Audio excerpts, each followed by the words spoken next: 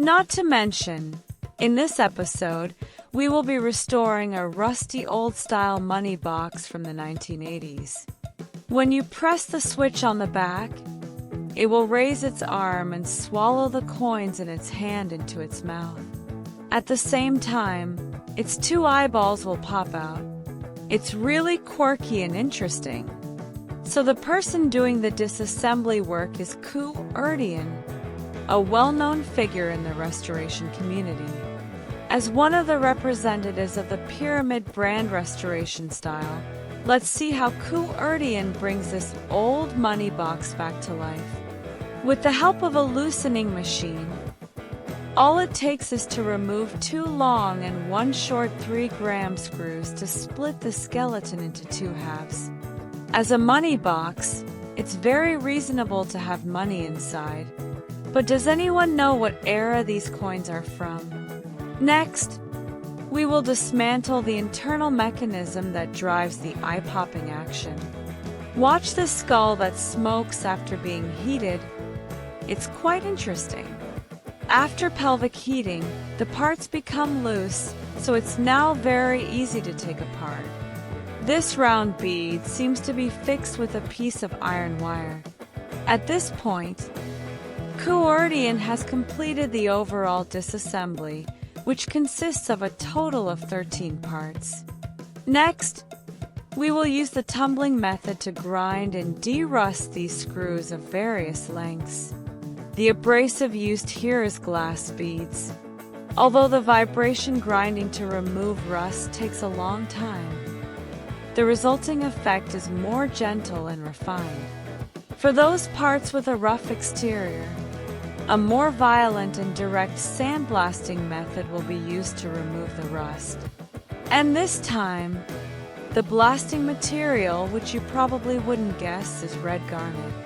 The hardness of this blasting material typically ranges from 6.5 to 7.5. While its hardness isn't as high as that of some steels, its sharp, distinct edges can achieve good cleaning results while being handled gently.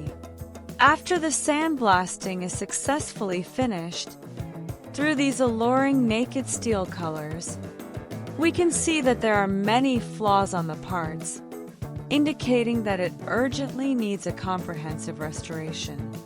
First, use shredding to reprocess these threaded holes. Then use an electric grinder to remove casting marks. As for Mr. Skeleton's good teeth, time has worn them down almost completely, so they need to be reshaped.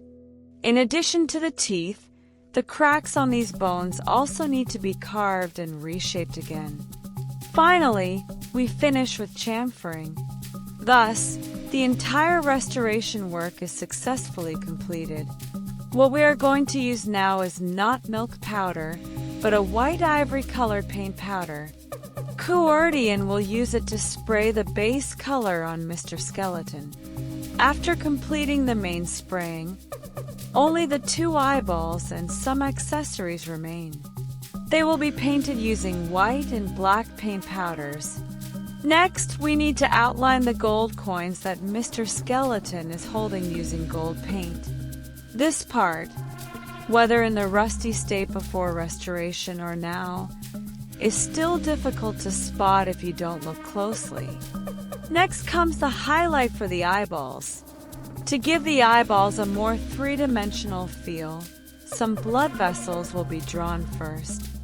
After using black paint to enhance the eyes, a layer of protective varnish will be sprayed over them. This way, the two bright eyes are also ready. On the other side, the bolts that were de-rusted through vibration grinding have also been finished. Although the rust removal is complete, another issue has arisen. The two bolts look different, meaning one of them is not original.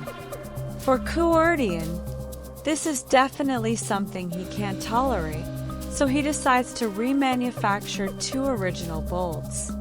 Once the bolts are finished, the flaws need to be removed, and the edges of the bolt heads need to be chamfered.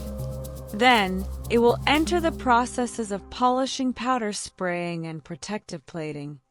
Thus, the two original bolts are also ready. How significant do you feel the differences between the old and new?